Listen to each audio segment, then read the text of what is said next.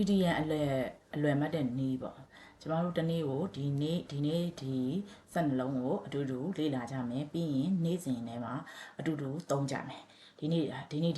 12လုံးကိုလေ့လာမယ်နေ့ပေါ့နော်ဒီ12လုံးကိုအတူတူလေ့လာကြမယ်နေ့တကယ်လို့အစိုးရကနေပြီးတော့မှအကောင့်ဖြစ်လာတဲ့အခြေအနေတွေအကြောင်းကိုပြောတော့မယ်ဆိုရင်a blessing in discuss အဲ့ဒီ EDN စကားလုံးကိုသုံးကြတယ်လူတွေကသူတို့ရဲ့အကျင့်စရိုက်တွေပေါ့နော်မူရင်း character တွေကိုပြောင်းလဲလို့မရဘူးဆိုရင် a lover can change his path အဲ့လို favorite person ဒီလူတယောက်ရဲ့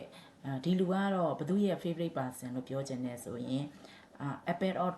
apple of eyes my eyes apple of my eyes apple of his eye apple of her eyes အဲ့ဒီ my နေရာမှာပြောင်းလဲပြီးသုံးလို့ရတယ်နောက်ကအစနေပြန်ပြီးလုပ်တော့မယ်ဆိုရင် back to square one လို့သုံးလို့ရတယ်နောက်ကကိုတယောက်ကနေပြီးခိုးလုံနေတဲ့အချိန်မှာမိတာမျိုးကိုပြောရင် got red handed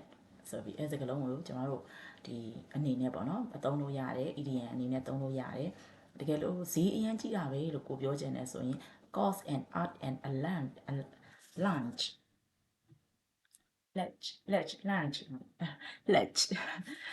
cost and art and lunch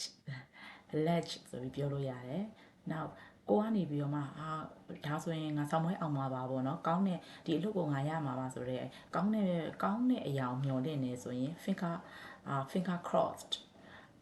အရန်စူးစားတယ်နီးလန်းပေါင်းစုံနဲ့မရမကရအောင်သူစူးစားနေတယ်လို့ပြောနေတယ်ကိုစူးစားနေရပြီပဲတရားရောကစူးစားနေတယ်လို့ပြောမယ်ဆိုရင်go the extra mile နောက်တစ်ခါတိုက်ဆိုင်ပြီးတော့တွေ့တာပေါ့နော်coincidence အနေနဲ့ပေါ့တိုက်ဆိုင်ပြီးတော့ what a coincidence တိုက်ဆိုင်ပြီးတွေ့တယ်ဆိုရင်ဟာကိုသုံးမယ်ဆိုရင်ကိုတော့ကတော့ what a coincidence လို့အသုံးများတယ်ဒါပေမဲ့ခုခါမှာဘယ်လိုပြောလို့ရလဲဆိုတော့ it's a small world ပြောလို့ရတယ်မိုးအပြင်မှာအရန်လျှော်နေတယ်ဆိုရင်rainy cats and dogs ပြောသုံးလို့ရမယ်နေမကောင်းနေဘူးဆိုရင်တော့ under the weather I'm under the weather လို့ပြောလို့ရဒီကိစ္စကိုလျှို့ထားပြီးဘယ်သူမှမပြောနဲ့လို့ပြောရင် months the what ဆိုပြီးအဲ့စကားလုံးမျိုးတွေကိုထည့်ပြီးတော့ကျမတို့သုံးကြမယ်ပေါ့နော်အဲ့ဒါကိုကျမတို့ဒီစကားလုံး12လုံးကိုဒီနေ့အတူတူရအောင်ပြန်ပြီးတော့ again by again ပြန်နားထောင်မယ်ပြန်ဖတ်မယ်ပြန်ဖတ်ပြီးပြီဆိုရင်ကျမတို့ရဲ့ daily life မှာသုံးမယ်ပြန်သုံးမယ်နေ့စဉ် daily activity တွေမှာပြန်သုံးကြမယ်